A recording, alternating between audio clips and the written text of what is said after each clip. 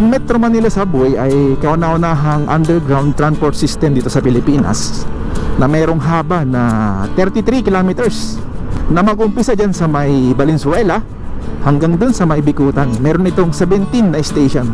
So mula dito sa may North Avenue Station hanggang dun sa may Tandang Soray Station ay may haba yung tunnel nito na 1.7 kilometers. So hindi lang isa yung tunnel nito, dalawa, isang southbound tsaka isang northbound. Sobra kalahati ng Mindanao Avenue yung inoccupied. Grabe.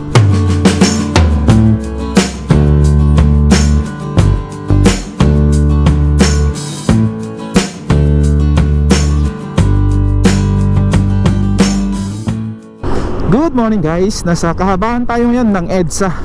At ngayong araw ay babalikan natin itong Metro Manila Subway. Yung contract package 101 ay balikan natin yung mula North Avenue hanggang Valenzuela. Ang Metro Manila Subway ay kauna-unahang underground transport system dito sa Pilipinas na mayroong haba na 33 kilometers na mag-umpisa dyan sa may Valenzuela hanggang dun sa may Bikutan. Meron itong 17 na station. Fly so high, I'm hypnotized. What's up is down, what's left is right. Chasing stars and holding you. I can't see the end, but we'll see it through. Ayan, nasa common station na tayo dito sa may North Avenue. Dito magkasalubong lahat ng mga transport system ng Metro Manila like LRT1, MRT3, yan, MRT7, tsaka itong ginagawa nilang subway. Yan, dito na, malapit na dito yung North Avenue Station ng Metro Manila Subway. Ito. Pag natapos tong Metro Manila Subway sa 2027 ay mula sa dating 2 hours na biyahe from Valenzuela hanggang dun sa may Naiya ay magiging ano na lang to, magiging 40 minutes. So laking bagay ito sa mga galing sa norte. Ngayon naman dito sa may North Avenue Station, yan, dahil may bakod siya, check natin sa drone para makita nyo yung progress ng ginagawa dyan. Alright.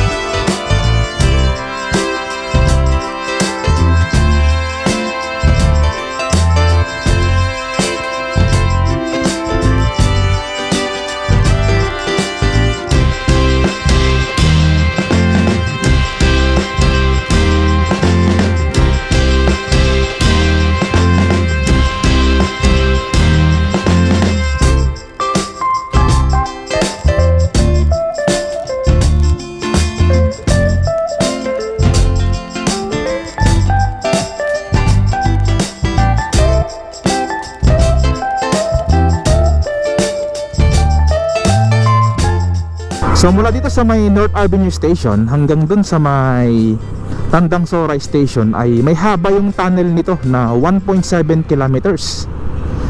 So hindi lang isa yung tunnel nito, dalawa, isang southbound tsaka isang northbound. Yan, dito paglampas mo dito sa may footbridge ay makikita mo dito yung mga bakod na kulay blue. Yan, ito na yung bandang Tandang Soray Station. Yan, marami na dito mga kaganapan na nangyayari. Ito yung Honda dito sa may Mindanao Avenue.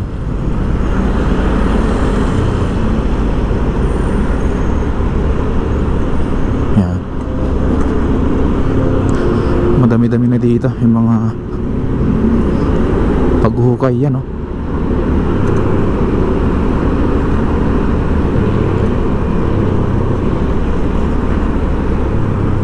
Mahaba to eh. Siguro nasa 200 meters mula dun sa ano.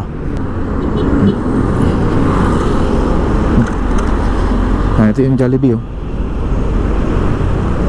Pero yung gagawin nila dito ay dito sa may ilalim dadaan yung o ilalagay yung station. Exit lang to saka entry yung magkabilang gilid. Right?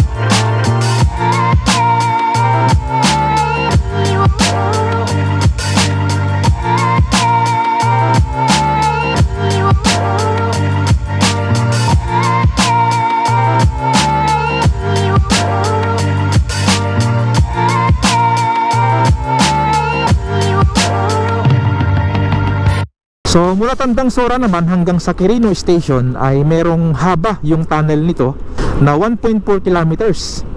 So bali aabot ng 2.8 kilometers pag isama mo yung northbound tsaka southbound. Yan, ito na yung Quirino Station. Mukhang malaki yung crane dito. At kitang kita nyo, daming mga equipment dito. Yan, oh.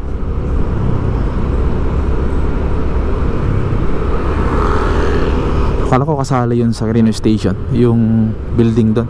Hindi pala.